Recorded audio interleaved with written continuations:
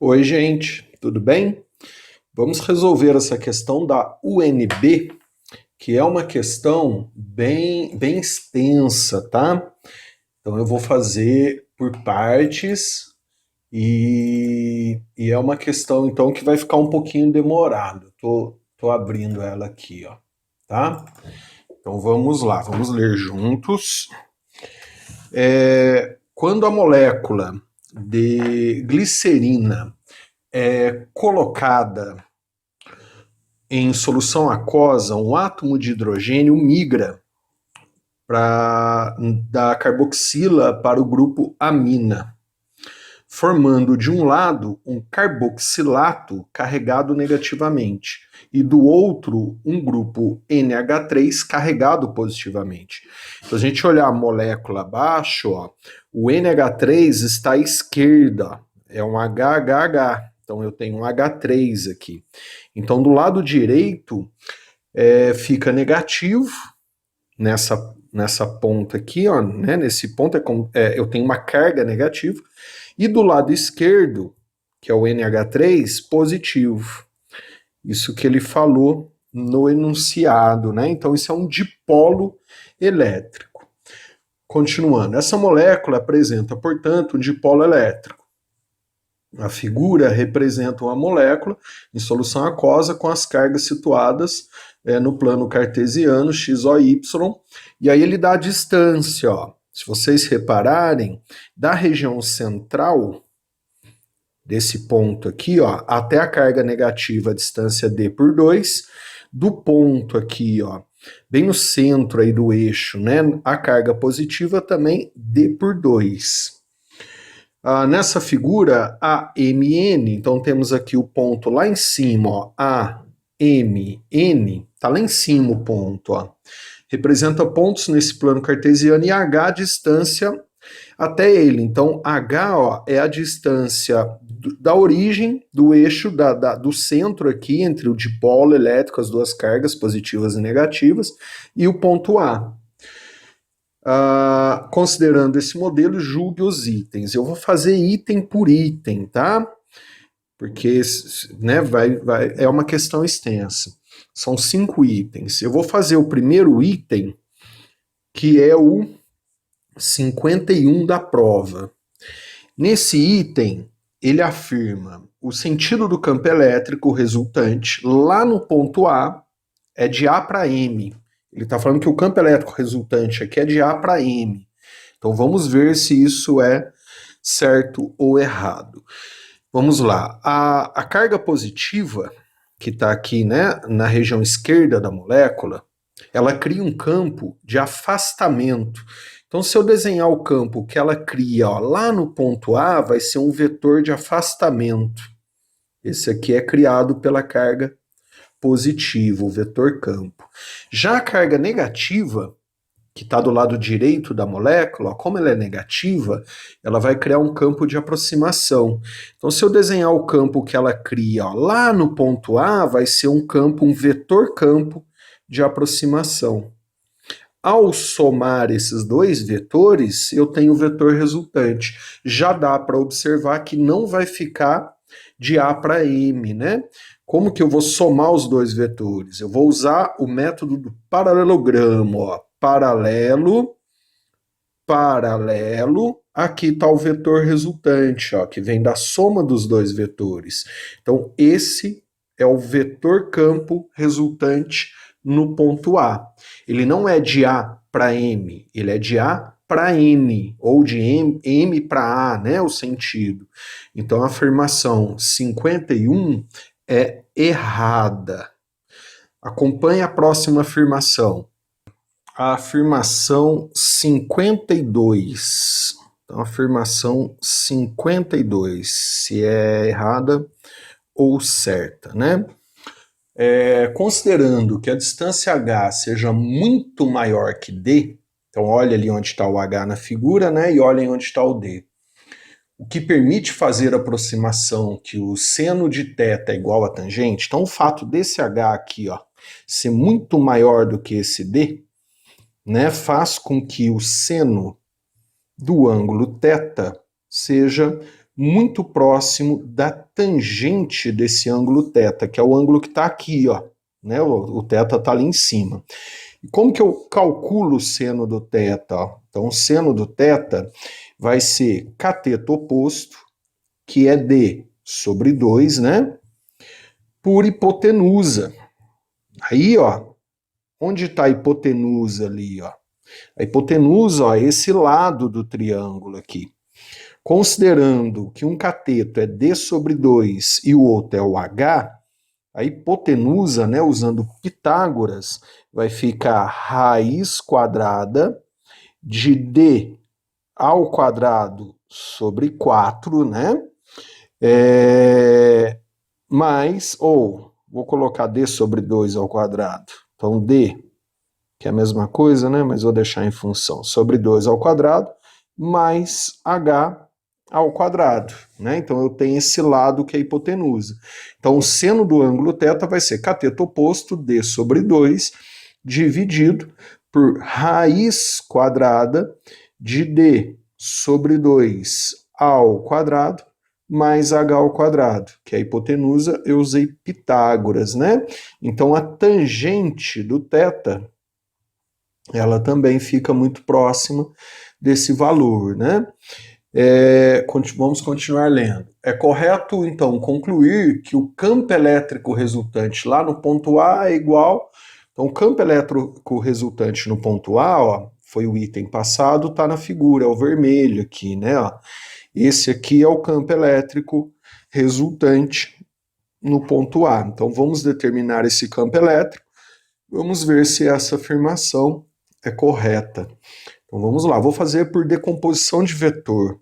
Poderia fazer também por lei dos senos, né? Lei dos cossenos, mas eu vou fazer por decomposição. Ó.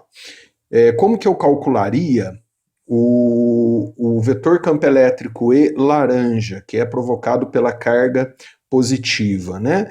Então vamos lá, vetor campo elétrico laranja, que é o da carga positiva, ele vai ser igual a K, que é a constante eletrostática, módulo da carga fonte, que é a carga laranja, né, que está aqui embaixo, ó, dividido pela distância ao quadrado. Só que a distância entre a carga laranja e o ponto A é a hipotenusa desse triângulo retângulo, que eu já determinei aqui por Pitágoras. Então, e ao quadrado. Então, se eu elevar isso aqui ao quadrado, ó, ele sai da raiz. Então, vai ficar D sobre 2 ao quadrado mais H ao quadrado. Como é que eu calculo a intensidade do vetor campo elétrico azul, que é criado pela carga negativa? Então vamos lá, ó. Campo elétrico azul criado pela carga negativa, vai ficar K, módulo da carga fonte, que é a negativa que está aqui, ó. Em módulo elas são iguais, dividido pela distância ao quadrado. Só que a distância dessa carga negativa ao ponto A é igual, ó, que o triângulo, né, ó, ele é igual tanto para a direita como para a esquerda. Então, se eu levar essa distância aqui, ó, ao quadrado, vai sair da raiz. Então, dividido por D sobre 2, tudo ao quadrado, mais H ao quadrado. Se vocês olharem, o módulo, né, dos dois campos criado pela positiva e pela negativa, eles são iguais. Então a intensidade do campo criado pela positiva é igual à intensidade do campo criado pela negativa, que eu vou chamar de E', né, porque são iguais. E eu calculo, ó, fazendo isso, né, que é igual para os dois. Então eu vou analisar por decomposição de vetor, ó, vou olhar o ponto A ali, ó, olha aqui onde está o ponto A, né, ó, o ponto A está aqui em cima. Então, ó, ponto A. Tá aqui. Eu tenho o vetor laranja, né? Ali o laranja, ó, que eu vou chamar de E', tá? Intensidade E'. Então, eu tenho o vetor laranja para lá, de intensidade E'. Eu tenho o vetor azul para cá, ó, de intensidade E'. Intensidade é a mesma. Eu vou decompor esses dois vetores para achar o resultante. Aí o triângulo lá, né, ó, tô prolongando o triângulo, né, o ângulo θ tá aqui, basta olhar aí na figura, o ângulo θ vem para cá, né, oposto pelo vértice, que é igual aqui também. Afinal, o triângulo para a direita e para a esquerda são iguais.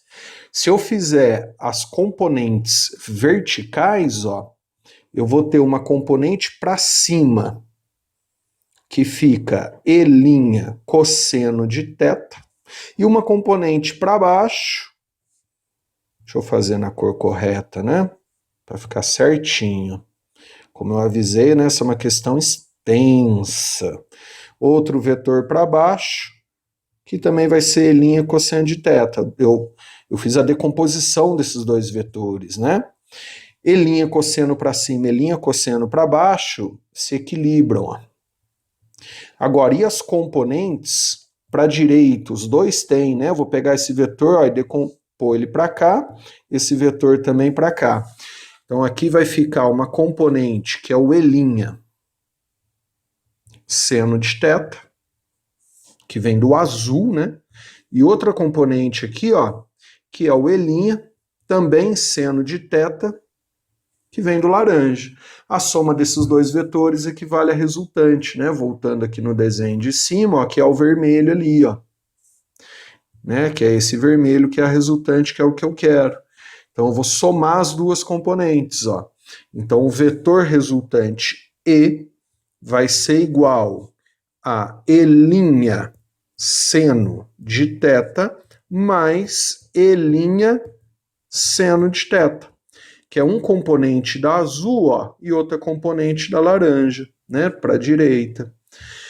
Ou seja, o E, né, ele passa a ser igual, que é o resultante, a duas vezes, como E' é igual, né, que é a intensidade do vetor E azul e a intensidade do vetor E laranja, seno de θ. Aí acabou o exercício, ó.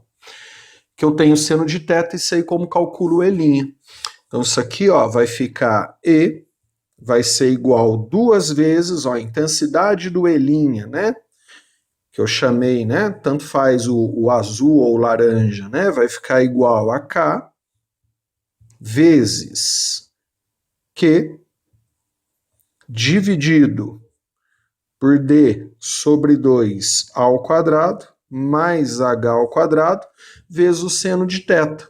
Vou voltar lá em cima, para lembrar, ó, o seno de θ, ó, vai ser D sobre 2, né, dividido por raiz quadrada lá.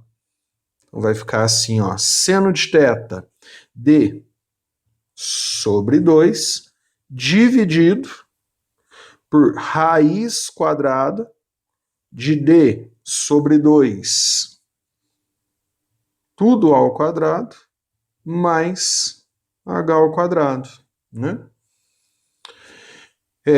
Esse 2, ó, com esse 2 já vai dividir, né? Ó. Então, ó, vou limpar isso aí, ó. Então vai ficar... E aí, ó, outra, né, antes de limpar, vou aproveitar aqui também para não demorar muito mais. Voltando, ó. Como o seno é muito próximo da tangente, né, porque esse ângulo θ aqui, ó, é muito pequeno, então essa distância aqui, ó, ela fica muito próxima de H. Então eu posso imaginar aqui, ó, essa distância aqui, ó, muito próxima de H, né? Então aí já dá para observar que não vai ficar igual a resposta, né? Não tem como ficar igual a resposta, né? Então vai ficar assim, ó, já vou dar uma limpada, ó. Então E, o 2 dividiu com 2 lá, né? Vai ficar K, Q, tá? É tudo dividido por H ao quadrado, mais, ou D sobre 2 ao quadrado, ó, D sobre 2 ao quadrado, mais H ao quadrado, multiplicado por H. H é essa distância, que é a hipotenusa. Como o ângulo é pequeno, a hipotenusa fica próximo daquele cateto, né? Aqui em cima vai ficar um D também, né? Que eu já estou esquecendo. Aqui, ó, ficou esse D aqui ainda, né? Então, vezes D.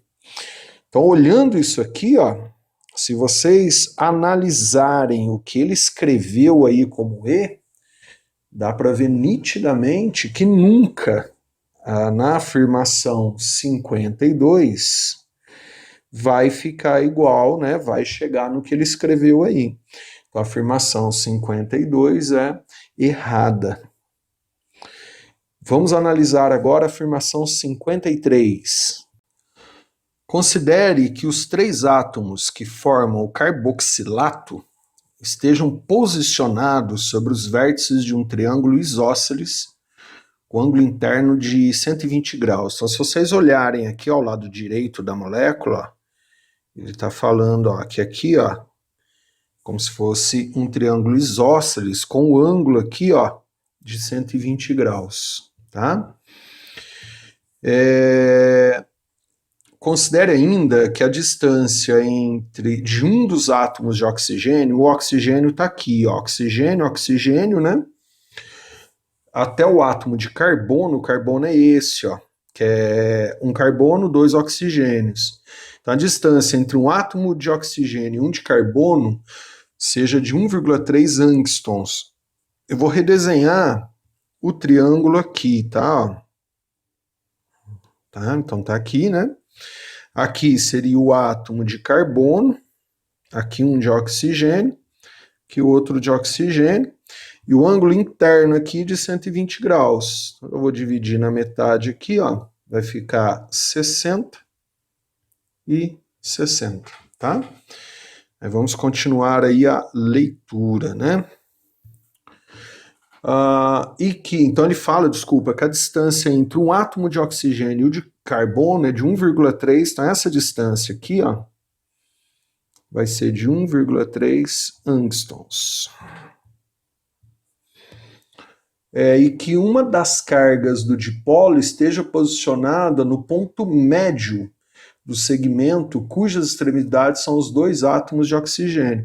Então ele está falando que a carga desse dipolo, né, que é uma carga negativa, de acordo com o enunciado, está bem aqui no ponto médio entre esses 2, entre os oxigênios, que seria esse ponto aqui, É como se a carga estivesse aqui nesse pontinho, que está entre os 2 átomos de oxigênio. A carga negativa está ali, né?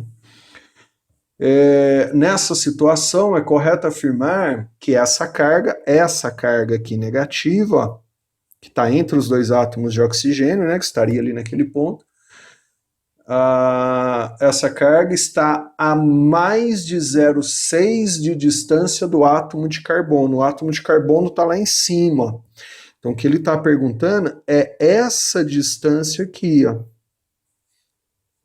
né, quanto vale? Que eu vou chamar de Y, tá? Aí, dá para fechar um triângulo, né? Considerando aqui perpendicular, eu sei que o ângulo ali é de 60, aqui fica 30. Então eu vou fazer, seno de 30, vai ser o cateto oposto, que é o Y que eu desejo, por hipotenusa, que é 1,3, Aí eu consigo encontrar, né? Então eu vou ter que seno de 30 meio, né? Y sobre 1,3, que é a hipotenusa. Então a distância aqui, vai dar 0,65 angstroms. Ou seja, ela é maior do que 0,6, que é o que ele está afirmando, né? Então a afirmação 53 é correta. Vamos analisar a 54 agora. Na presença de um campo elétrico externo paralelo ao eixo Y e no sentido positivo deste, a molécula, como vista na figura, tenderá a rodar no sentido horário em torno do seu centro de massa. Então essa molécula é um dipolo, né? Aqui eu tenho a carga negativa, aqui a carga positiva e aqui é o centro dela, o centro de massa. Eu vou desenhar aqui do lado, né, para ser mais fácil analisar a carga positiva,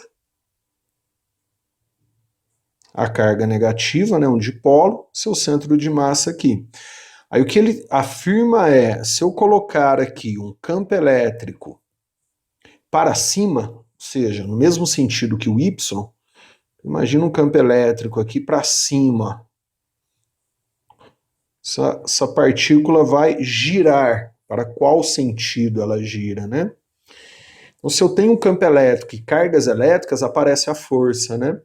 Essas cargas, elas funcionam como cargas de prova, que não são elas que estão criando esse campo. Então, ó, quando a carga de prova é positiva, a força fica no mesmo sentido que o campo. Então, na positiva, a força vai ser para cima. Quando a carga de prova é negativa, a força fica contrária ao campo. Então, nessa carga da direita negativa, a força vai ser para baixo, porque o campo é para cima. Automaticamente, como é um corpo extenso, ó, ele vai ter uma tendência de girar nesse sentido, né? Essa partícula gira para cá e essa para lá, que é no sentido horário. Então, a afirmação 54 é correta. Vamos analisar a última afirmação, que é a 55. Na presença de um campo elétrico externo que esteja apontado no sentido positivo do eixo X, então agora o campo elétrico está para lá, nesse dipolo, né? Então, lembrando o dipolo, aqui negativo, né? Aqui positivo, aqui o centro de massa. Então, o dipolo está aqui, ó, negativo, positivo, né? Como se fosse uma barra, um corpo extenso, centro de massa ali.